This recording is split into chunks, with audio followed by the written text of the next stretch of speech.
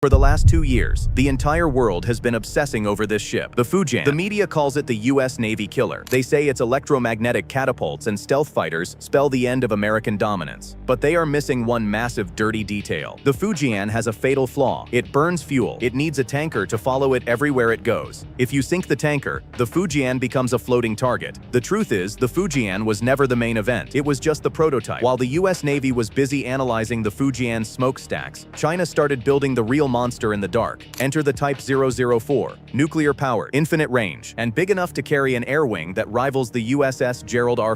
China just admitted the Fujian was a stepping stone, and the ship that comes next isn't just a threat, it's a superpower. Let's break down the ship that finally keeps the Pentagon up at night. In 2022, China launched the Fujian, 80,000 tons, 3 electromagnetic catapults, the most advanced carrier Beijing had ever built. Western analysts celebrated. China is catching up, they said. But they missed the strategy. China wasn't building a fleet, they were building a ladder. Each carrier was a test, a stepping stone. The Liaoning taught them how to operate a carrier. It was a refurbished Soviet hull, purchased from Ukraine and rebuilt from scratch. Chinese pilots learned to land on a moving deck. Naval commanders learned how to coordinate air operations at sea. It was a floating classroom, nothing more. The Shandong taught them how to build one from scratch. Every weld, every system, every design flaw corrected. This was China proving to itself that it could manufacture a carrier without foreign help, but it still used a ski jump ramp, limiting the weight and fuel capacity of aircraft at launch. The Fujian? That was the EMALS test, the electromagnetic catapult experiment. And it worked. 3 catapult tracks, advanced arresting gear, the ability to launch heavier aircraft with full fuel and weapons loads. On paper, the Fujian looked like a game changer, but here's what no one talks about. The Fujian has a weakness so severe, it can barely leave China's coastline. The Fujian runs on diesel and steam turbines, not nuclear reactors. That means it has to carry its own fuel, thousands of tons of it. At cruising speed, it burns 400 tons of fuel every single day. During combat operations, that number explodes to 1,100 tons per day. Do the math. The Fujian can stay in a war zone for 15 to 18 days before it runs dry. That's not a global supercarrier, that's a regional defender. Compare that to the USS Gerald R.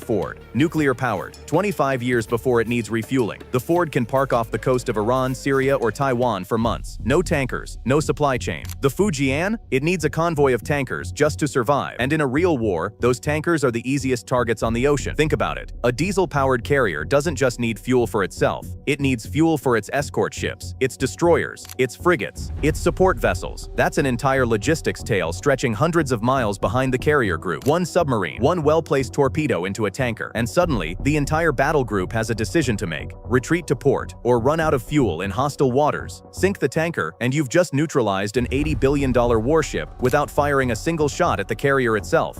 The Pentagon knows this. The US Navy has spent decades perfecting anti-access strategies in the Pacific, submarines lurking along supply routes, long-range anti-ship missiles targeting logistics vessels. The goal isn't to sink the carrier, it's to cut off its fuel, and China knows this too. China knew this from day one. That's why the Fujian was never meant to be the final design. It was a testbed, a proof of concept, a way to validate EMALS technology before committing to mass production. Because while the world was analyzing the Fujian's capabilities, China was already building its replacement. In late 2024, commercial satellites captured something unusual at the Dalian shipyard. A hull, massive, over 320 meters long. Analysts ran the numbers. 110,000 tons, maybe 120,000. Weighted, that would make it 10 to 20% heavier than the USS Gerald R.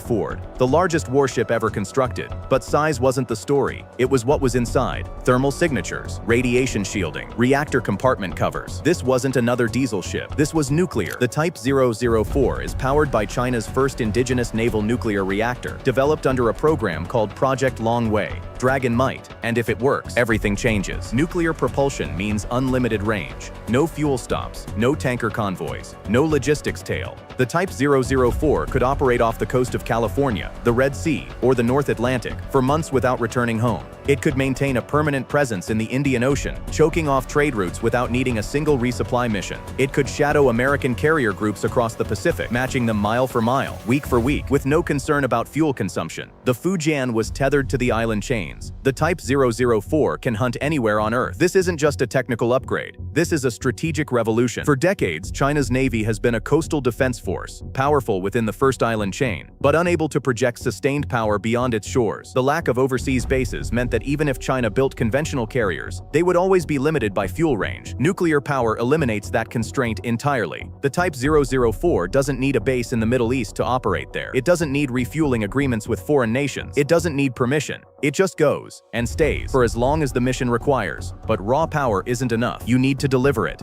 And that's where the Type 004 becomes terrifying. Intelligence estimates suggest it will carry between 90 and 100 aircraft. Let that sink in for a moment. 90 to 100 aircraft on a single ship. The J-35, China's answer to the F-35, stealth, supersonic, carrier-capable. The KJ-600, airborne early warning and control. The eyes of the fleet, the aircraft that sees threats hundreds of miles away and coordinates the entire battle space. And the GJ-11 Sharp Sword, a stealth attack drone that can penetrate enemy defenses without risking a single pilot. These aren't experimental platforms. These are production aircraft, already in testing, already being integrated into carrier operations. The Type 004 is expected to feature 4, possibly 5, electromagnetic launch tracks. The Ford has 4. That means China can match or even exceed the Ford sortie generation rate of 240 to 270 missions per day. In a single day, this ship could launch enough firepower to overwhelm an entire carrier strike group. Think about what that means in practice. In a conflict scenario, the Type 004 could launch wave after wave of stealth fighters, each one carrying anti-ship missiles. It could maintain a continuous combat air patrol over a 1,000-mile radius. It could suppress enemy air defenses, strike land targets, and defend itself simultaneously. And it could do all of this without worrying about refueling the ship. But there's one more thing. Let's put them side by side. The USS Gerald R. Ford, 100,000 tons, 4 catapults, 75-plus aircraft, nuclear-powered, the crown jewel of American naval supremacy, commissioned in 2017, fully operational, combat-tested. The Ford has launched over 10,000 sorties in real-world operations. It has proven its systems under fire. It is the benchmark, and it's not even finished yet. The Type 004, 120,000 tons, 4 to 5 catapults, 90 to 100 aircraft, nuclear-powered, and it's not even finished yet. Here's the uncomfortable truth. On paper, the Type 004 is bigger, carries more aircraft, and can stay at sea just as long as the Ford. China isn't trying to match the US Navy anymore. They're trying to surpass it, and if their plan works, by 2035, China wants 6 of these ships, 6 nuclear supercarriers, each capable of projecting power across 3 oceans simultaneously. That's not a regional navy, that's a global empire. Right now, the United States maintains carrier groups in the Pacific, the Mediterranean, and the Persian Gulf. If China fields 6 Type 004 carriers, they could maintain 2 in the Pacific, 1 in the Indian Ocean, and 1 in reserve, indefinitely. Suddenly, every American carrier group operating near China faces a peer competitor. But does it work? Here's what keeps American admirals awake at night. China has never operated a nuclear-powered carrier before. They've never trained pilots for catapult launches at this scale. They've never tested a reactor that can power a ship this massive. The United States has been perfecting this for 70 years. China is trying to do it in 1 generation. The Ford is a proven combat platform. It's launched 10,000 sorties in active war zones. The Fujian, still in pilot training. The Type 004 doesn't even exist yet. But here's the thing. China doesn't need the Type 004 to be perfect. They just need it to be real. Because once they prove they can build 1 nuclear supercarrier, they can build 10. And when that happens, the era of uncontested American naval dominance ends. Not because the US Navy gets weaker, but because someone else finally got strong enough to compete. So does the Type 004 mean the end of American power? No. But it means the end of American monopoly. The United States still has the most powerful navy in human history. 11 nuclear supercarriers, decades of combat experience, a global network of allies that China can't match. The Type 004 is impressive, but 1 ship doesn't change the balance of power overnight. What it does change is the future. For 75 years, the US Navy has ruled the oceans without a peer competitor. That era is ending. The question isn't whether China can build a supercarrier. They already are. The question is whether America is ready for a world where they're not the only ones who can.